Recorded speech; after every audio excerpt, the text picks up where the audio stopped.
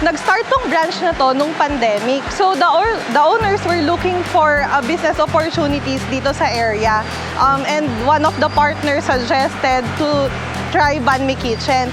So when they tried it, they experienced winning product and quality service. That's why they decided, no doubt, to push through and open a branch here. So basically, the general idea of the store is takeaway. Since it is started nung pandemic, we're limiting yung interaction kasi inside and out of the establishments, ganyan. So the general idea na takeaway siya is actually perfect. People can just order in advance and schedule yung pick up, tapos drive away and enjoy the food in their homes.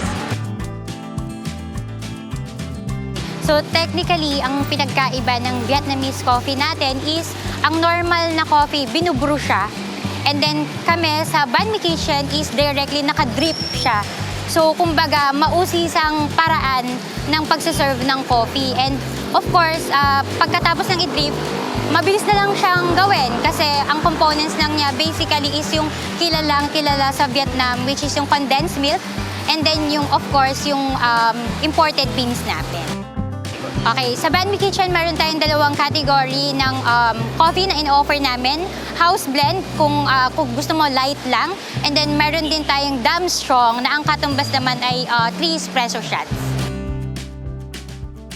You can order your favorite Banh Mi Kitchen food through our website, www.banhmikitchen.ph, or from your favorite delivery apps. At the same time, you can order from 8 a.m. to 8 p.m.